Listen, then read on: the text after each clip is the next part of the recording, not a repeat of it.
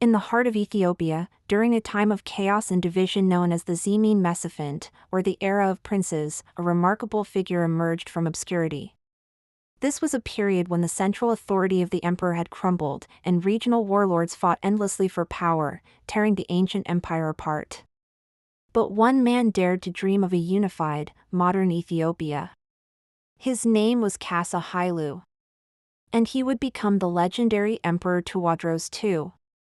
Born in 1818 in the province of Kwara, Kasa's early life was marked by hardship and conflict.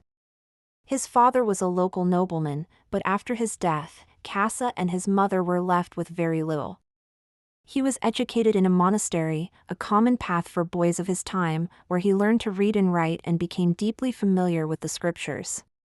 This religious upbringing instilled in him a powerful sense of destiny and a belief that he was chosen by God to restore Ethiopia to its former glory. But the world outside the monastery walls was brutal. As a young man, Kasa was forced to become a shifta, an outlaw or bandit, to survive. Yet, he was no ordinary outlaw. He operated with a strict code of conduct, often robbing the rich to give to the poor, earning a reputation as a kind of Robin Hood figure.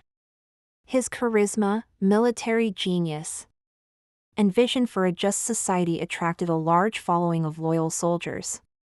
He wasn't just fighting for survival, he was building an army with a purpose. Kasa's influence grew rapidly. He proved himself to be a brilliant military tactician, defeating one regional warlord after another. His forces were disciplined and motivated by his powerful vision. He didn't just conquer, he absorbed the defeated armies into his own, building a formidable force that was loyal to him personally rather than to a specific region. His most significant rival was Ras Ali II, the ruler of Begemder and the effective region of the powerless emperor in the capital, Gondar. The series of battles between Kasa and the forces of Ras Ali were epic. In 1852, Kasa won a decisive victory at the Battle of Gur-Amba. He followed this with another major victory at Gorgora Bishin. The tide was turning. Warlords who had once dismissed him as a mere upstart now saw him as an unstoppable force.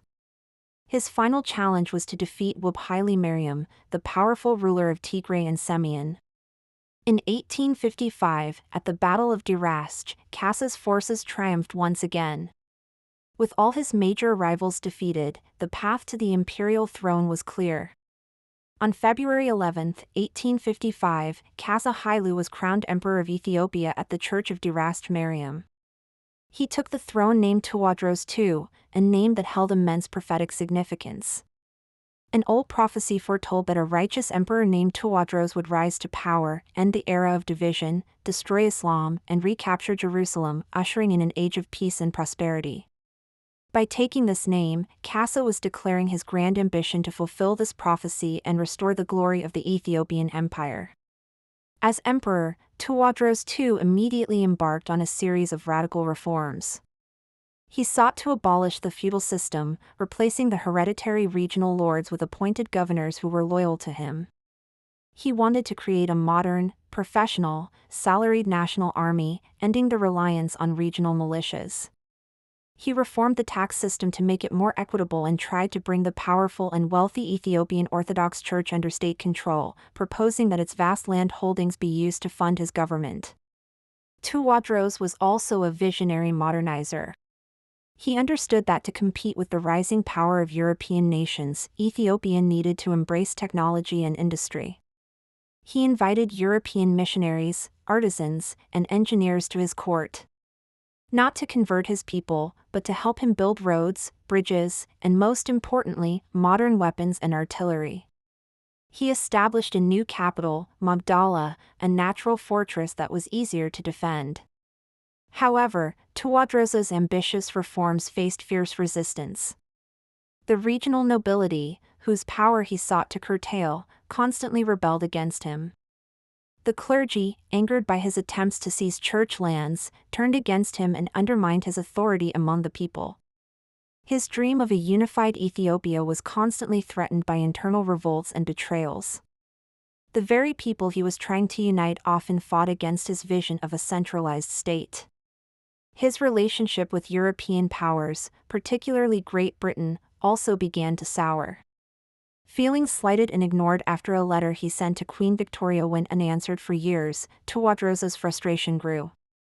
In a desperate attempt to force the British to acknowledge him and send the skilled workers he needed, he took several British citizens hostage in 1864, including the British consul.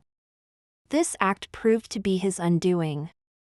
It provoked a massive British military response. In 1868, the British sent the Abyssinian expedition. A formidable army of over 13,000 soldiers equipped with the latest weaponry, led by Sir Robert Napier.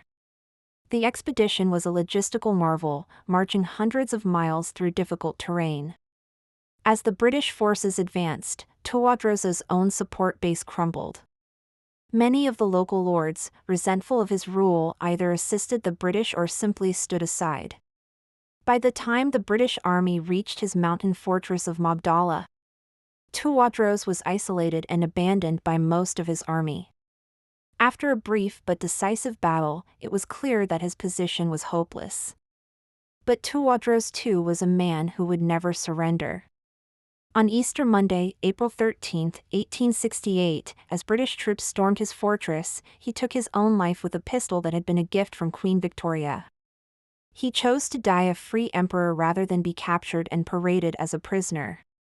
The legacy of Tewodros too is complex and powerful. He failed to achieve his ultimate goal of a fully unified and modern Ethiopia in his lifetime. His methods were often brutal, and his reign ended in tragedy. Yet, he is revered in Ethiopia as a national hero, the man who single-handedly ended the Zemene Mesafint and laid the foundation for modern Ethiopia. His vision, his ambition, and his unwavering spirit inspired the emperors who came after him, like Johannes IV and Menelik II, who would continue his project of unification and modernization, ultimately leading to Ethiopia's famous victory at the Battle of Adwa. Tewodros' story is a testament to the power of a single individual's vision to change the course of a nation's history. Thank you for watching. If you found this story fascinating, please like this video, subscribe to our channel, and hit the notification bell for more incredible stories from history. See you next time.